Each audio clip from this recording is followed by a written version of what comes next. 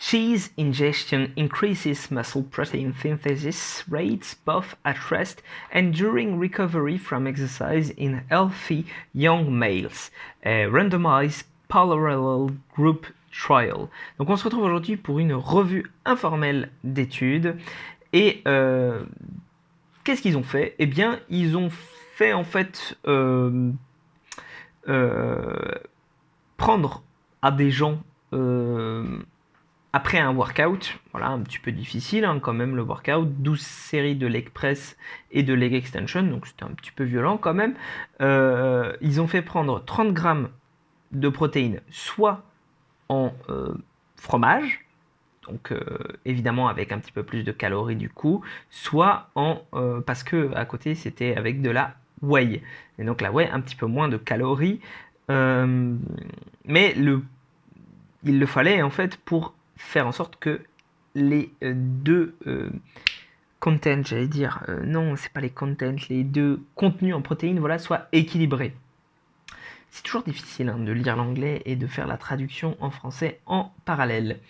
Ce qui est intéressant de voir, c'est que, en gros, là où moi je trouve que l'étude est intéressante, c'est qu'ils ont mesuré la synthèse de protéines musculaires sur 240 minutes, ce qui représente 4 heures.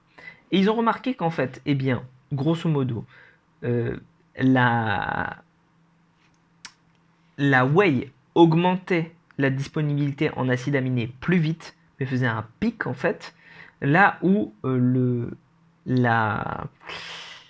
fromage, lui, avait tendance à augmenter de façon beaucoup plus...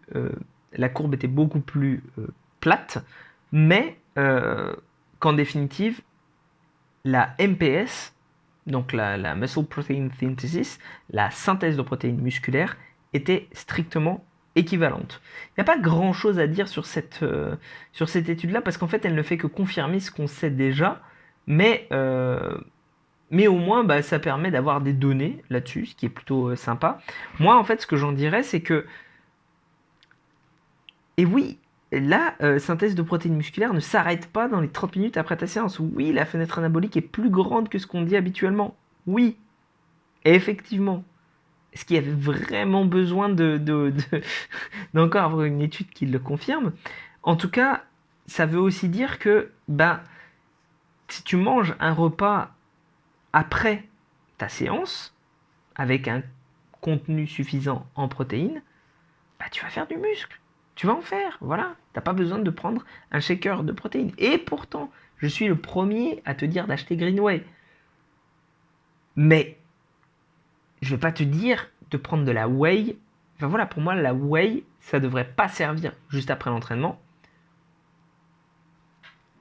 à condition que tu ne t'entraînes pas plusieurs fois dans la journée. Si tu t'entraînes plusieurs fois dans la journée, là, ça peut être très intéressant parce que ça peut te permettre de spiker, on va dire, tes protéines rapidement. Et donc, du coup, si tu le couples en plus avec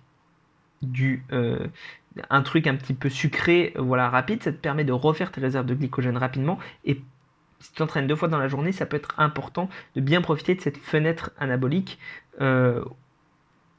parce que ça te permet de récupérer en fait plus pour le soir. Voilà. Maintenant, enfin pour le deuxième entraînement plutôt. Maintenant, en dehors de ça, moi, très sincèrement, moi je recommande la whey uniquement, et je dis bien uniquement en dehors de ça, si tu n'as pas ton quota de protéines dans la journée. Voilà, là c'est très intéressant. Et moi, j'ai mon pot de whey pour ça. C'est pour ça que je ne les finis pas très vite. Si, deuxième chose pour lequel je recommande d'avoir peut-être un shaker de whey, c'est quand tu pars en voyage. Voilà, c'est hyper pratique. Pars en voyage, en déplacement ou quoi, au moins tu es sûr d'avoir tes protes, tu es sûr de pas en manquer. Ça c'est cool. Bref, voilà. C'est un peu tout ce que j'ai à dire sur cette étude-là. Attends, je vais essayer quand même de retrouver mes petites notes parce que peut-être que ça peut être intéressant. Non, non, j'ai dit tout ce que j'avais à dire. Donc sur ce, prends soin de toi, on se retrouve pour une prochaine vidéo.